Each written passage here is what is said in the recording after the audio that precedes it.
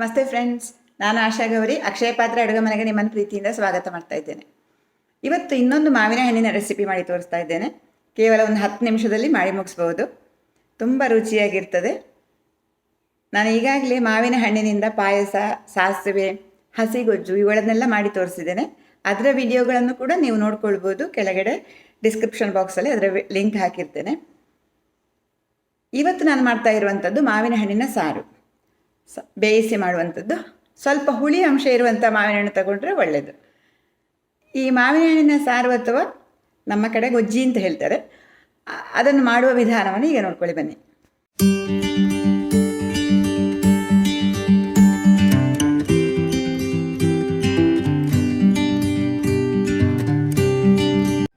ಮಾವಿನ ಹಣ್ಣಿನ ಸಾರಿಗೆ ಮಾವಿನ ಹಣ್ಣು ತಗೊಂಡಿದ್ದೇನೆ. ಇದು ಬೆಲ್ಲ, ಅರಸಿನ ಪುಡಿ, ಖಾರದ ಪುಡಿ, ಅಚ್ಚ ಖಾರದ ಪುಡಿ, ಇಂಗು, ಇದು ತೆಂಗಿನ ಎಣ್ಣೆ ಅಥವಾ ಕೊಬ್ಬರಿ ಎಣ್ಣೆ, ಸಾಸಿವೆ, ಉಪ್ಪು, ಕರಿಬೇವು, ಒಂದು ಹಸಿಮೆಣಸು ತಗೊಂಡಿದ್ದೇನೆ, ಇದು ಒಣಮೆಣಸು. ಇಷ್ಟು ಸಾಮಗ್ರಿಗಳನ್ನು ತಗೊಂಡಿದ್ದೇನೆ. ಈ ಸಾರು ಮಾಡಲಿಕ್ಕೆ ಸ್ವಲ್ಪ ಹುಳಿ ಅಂಶ ಇರುವಂಥ ಮಾವಿನ ಹಣ್ಣು ಆದರೆ ಒಳ್ಳೆಯದು. ಇದು ನಮ್ಮ ಕಾಡು ಮಾವಿನ ಹಣ್ಣು. ಇದು ಸಿಗದೇ ಇದ್ದರೆ ಸಕ್ಕರೆ ಗುದ್ದಿಯಲ್ಲಿ ಕೂಡ ಮಾಡ್ಕೊಳ್ಬೋದು. ಅದು ಸ್ವಲ್ಪ ಜಾಸ್ತಿ ಸಿಹಿ ಇರ್ತದೆ.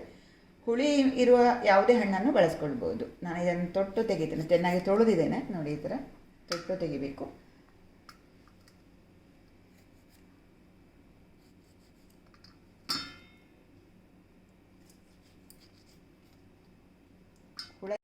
ಕಾಡು ಮಾವಿನ ಹಣ್ಣಿನಲ್ಲಿ ಒಂದೊಂದು ಮರದ ಮಾವಿನ ಹಣ್ಣು ಸಹ ಒಂದೊಂದು ಪರಿಮಳ ಇರ್ತದೆ. ಆಮೇಲೆ ಹುಳಿ ಒಂದು ಸ್ವಲ್ಪ ಇದ್ದೇ ಇರ್ತದೆ.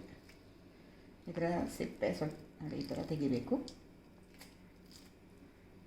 ಹಣ್ಣನ್ನು ಪ್ರತ್ಯೇಕ ಮಾಡಿಕೊಳ್ಬೇಕು. ಸಿಪ್ಪೆಯನ್ನು ಈ ಕಡೆ ಸೈಡಲ್ಲಿ ಇಡ್ತೇನೆ ಇನ್ನೊಂದು ಪಾತ್ರೆಯಲ್ಲಿ. ಇದು ಬಿದ್ದ ಹಣ್ಣಾಗಿರೋದ್ರಿಂದ ಹುಳ ಇಲ್ಲ ಅಂತ ಕನ್ಫರ್ಮ್ ಮಾಡಿಕೊಂಡೇ ಉಪಯೋಗ ಮಾಡಬೇಕು.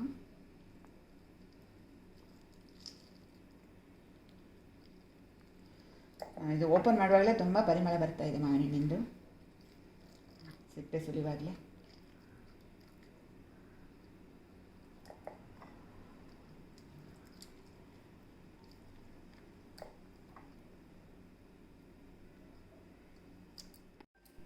ಈ ಸಿಪ್ಪೆಗೆ ಒಂದು ಸ್ವಲ್ಪ ನೀರು ಹಾಕ್ತಾ ಇದ್ದೇನೆ. ನೀರು ಹಾಕಿ ಇದರಲ್ಲಿರೋ ಹಣ್ಣಿನ ಅಂಶ ಇದೆಯಲ್ಲ ಅದನ್ನೆಲ್ಲ ತೆಕ್ಕೊಳ್ಬೇಕು, ಹಿಂಡಿಕೊಳ್ಳಬೇಕು ಚೆನ್ನಾಗಿ.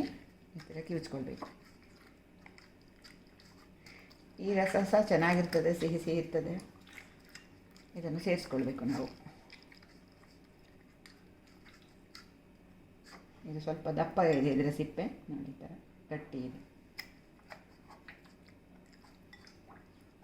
ಇದನ್ನೀಗ ಇದಕ್ಕೆ ಸೇರಿಸ್ಕೊಳ್ತಾ ಇದ್ದೇನೆ. ಸೇರಿಸಿ ಈ ಹಣ್ಣನ್ನು ಒಂದು ಸ್ವಲ್ಪ ಕಿವುಚ್ಕೊಳ್ತೇನೆ ಈ ಥರ.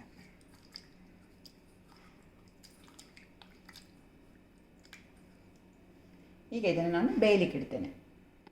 ಮಾವಿನ ಹಣ್ಣಿನ ರಸಕ್ಕೆ ನಾನು ಸ್ವಲ್ಪ ನೀರು ಸೇರಿಸಿದ್ದೇನೆ. ನೀರು ಸೇರಿಸಿ ಇದನ್ನು ಕುದಿಲಿಕ್ಕೆ ಇಡ್ತೇನೆ.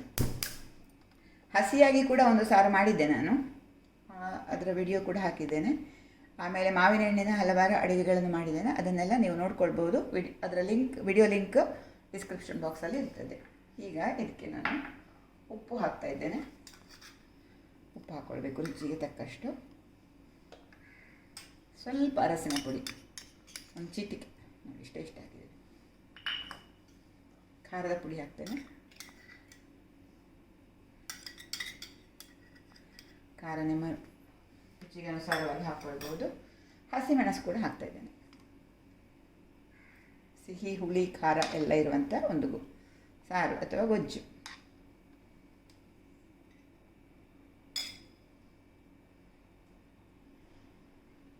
ಇದನ್ನು ಬೇಯಲಿಕ್ಕೆ ಇಡಬೇಕು. ಈಗ ಮುಚ್ಚಿಡ್ತೇನೆ, ಸ್ವಲ್ಪ ಹೊತ್ತು ಬೇಯಲಿ. ಮಾವಿನ ಹಣ್ಣು ನೋಡಿ ಕುದಿಲಿಕ್ಕೆ ಶುರುವಾಯಿತು. ಮಾವಿನ ಹಣ್ಣಿನ ಸಾರು ಇದಕ್ಕೀಗ ಹುಳಿ, ಉಪ್ಪು, ಖಾರ ಆಗಿದೆ. ಸಿಹಿ ಆಗಲಿಲ್ಲ, ಹಾಗಾಗಿ ನಾವು ಬೆಲ್ಲ ಹಾಕಬೇಕು. ಬೆಲ್ಲ ನಾವು ಸ್ವಲ್ಪ ಜಾಸ್ತಿ ಬಳಸ್ತೇವೆ ಈ ಸಾರು, ಮಾವಿನ ಹಣ್ಣಿನ ಸಾರುಗಳಿಗೆ. ಹಾಗಾಗಿ ಸ್ವಲ್ಪ ಜಾಸ್ತಿ ಬೆಲ್ಲ ತೊಗೊಂಡಿದ್ದೇನೆ. ನಿಮಗೆ ಎಷ್ಟು ಬೇಕೋ ಅಷ್ಟು ಹಾಕ್ಕೊಳ್ಬೋದು ಸಿಹಿ ರುಚಿಗೆ. ಇದು ಒಂದು 4-5 ನಿಮಿಷ ಚೆನ್ನಾಗಿ ಕುದೀತಾ ಇರಬೇಕು. ಸಣ್ಣ ಉರಿ ಮಾಡಿ ಬೇಯಿಸಬೇಕು. ಮತ್ತು 4-5 ನಿಮಿಷ ಆಯಿತು. ಈಗ ಮಾವಿನ ಹಣ್ಣೆಲ್ಲ ಚೆನ್ನಾಗಿ ಬೆಂದಿದೆ. ಈಗ ಇದಕ್ಕೊಂದು ಒಗ್ಗರಣೆ ಮಾಡಬೇಕು. ಇದು ಸಾಕೀಗ. ಗ್ಯಾಸ್ ಆಫ್ ಮಾಡಿಕೊಂಡು ಒಗ್ಗರಣೆ ಮಾಡ್ತಾಯಿದ್ದೇನೆ.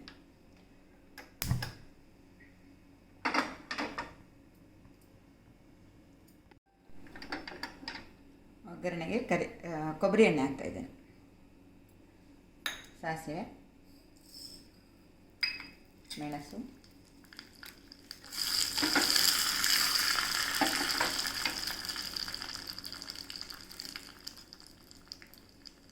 ಸಾಸಿವೆ ಸಿಡಿಯುವಾಗ ಹಿಂಗೆ ಹಾಕಬೇಕು.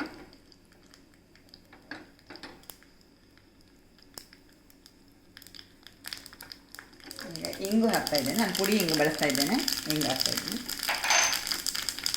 ಗ್ಯಾಸ್ ಆಫ್ ಮಾಡಿ ಕರಿಬೇವು ಹಾಕ್ತೀನಿ.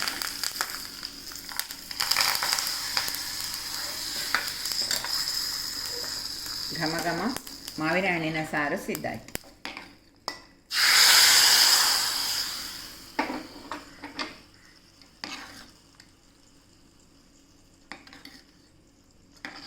ಹೀಗೆ ಗೊರಟು ಸಮೇತವಾಗಿರ್ತದೆ ಇದು.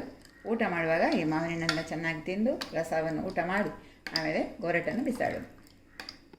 ಸ್ನೇಹಿತರೆ, ನಾನೀಗ ಮಾಡಿದಂಥ ಮಾವಿನ ಹಣ್ಣಿನ ಸಾರು ನೋಡ್ಕೊಂಡ್ರಲ್ಲ, ಇದಕ್ಕೆ ನಾನು ಹುಳಿ ಮಾವಿನ ಹಣ್ಣು ಬಳಸಿದ್ದೇನೆ. ನೋಡಿದ್ರಲ್ಲ, ಹುಳಿ ಮಾವಿನ ಹಣ್ಣು ಸಿಗದೇ ಇದ್ದರೆ ಚೆನ್ನಾಗಿ ಬಲಿತಂಥ ಮಾವಿನಕಾಯಿಯಿಂದಲೂ ಇದೇ ರೀತಿ ಸಾರು ಮಾಡ್ಕೊಳ್ಬೋದು. ಮಾವಿನಕಾಯಿಯಿಂದ ಸಾರು ಮಾಡುವಾಗ ಸ್ವಲ್ಪ ಜಾಸ್ತಿ ಬೆಲ್ಲವನ್ನು ಹಾಕಿಕೊಳ್ಬೇಕು ಅಷ್ಟೇ. ಉಳಿದಂತೆ ಎಲ್ಲ ಮಾಡುವ ವಿಧಾನ ಎಲ್ಲ ಸೇಮ್. ಈ ವಿಡಿಯೋ ನಿಮ್ಗೆ ಇಷ್ಟ ಆದರೆ ಒಂದು ಲೈಕ್ ಒತ್ತಿ. ಈ ವಿಡಿಯೋ ಲಿಂಕನ್ನು ದಯವಿಟ್ಟು ನಿಮ್ಮ ಮಿತ್ರರಿಗೆ ಶೇರ್ ಮಾಡ್ಕೊಳ್ಳಿ. ಹೊಸಬರು ನನ್ನ ವಿಡಿಯೋ ನೋಡ್ತಾ ಇರೋರಾದರೆ ನಮ್ಮ ಅಕ್ಷಯ ಪಾತ್ರ ಅಡುಗೆ ಮನೆ ಚಾನಲನ್ನು ಸಬ್ಸ್ಕ್ರೈಬ್ ಮಾಡ್ಕೊಳ್ಳಿ. ಸಬ್ಸ್ಕ್ರೈಬ್ ಮಾಡೋದ್ರೊಂದಿಗೆ ಬದಿಯಲ್ಲಿರುವ ಗಂಟೆ ಚಿತ್ರ ಅಥವಾ ಬೆಲ್ ಐಕಾನ್ ಒತ್ತಿಕೊಳ್ಬೇಕು. ಆವಾಗ ನಿಮಗೆ 3 ಆಯ್ಕೆ ಸಿಗ್ತದೆ. ಆವಾಗ ಮೇಲಿನ ಆಯ್ಕೆ ಆಲ್ ಅಂತ ಇರ್ತದೆ. ಅದನ್ನು ಸೆಲೆಕ್ಟ್ ಮಾಡಿದರೆ ಮಾತ್ರ ನಾನು ಮಾಡಿದಂಥ ಹೊಸ ಹೊಸ ಅಡುಗೆಗಳನ್ನು ನಿಮಗೆ ಆ ತಕ್ಷಣಕ್ಕೆ ನೋಡ್ಕೊಳ್ಬೋದು. ಅದರ ನೋಟಿಫಿಕೇಷನ್ ಸಿಗ್ತದೆ. ಹಾಗಾಗಿ ಸಬ್ಸ್ಕ್ರೈಬ್ ಮಾಡೋದ್ರೊಂದಿಗೆ ಬೆಲ್ ಐಕಾನ್ ಒತ್ತಿ ಆಲನ್ನು ಸೆಲೆಕ್ಟ್ ಮಾಡಿ. Thank you.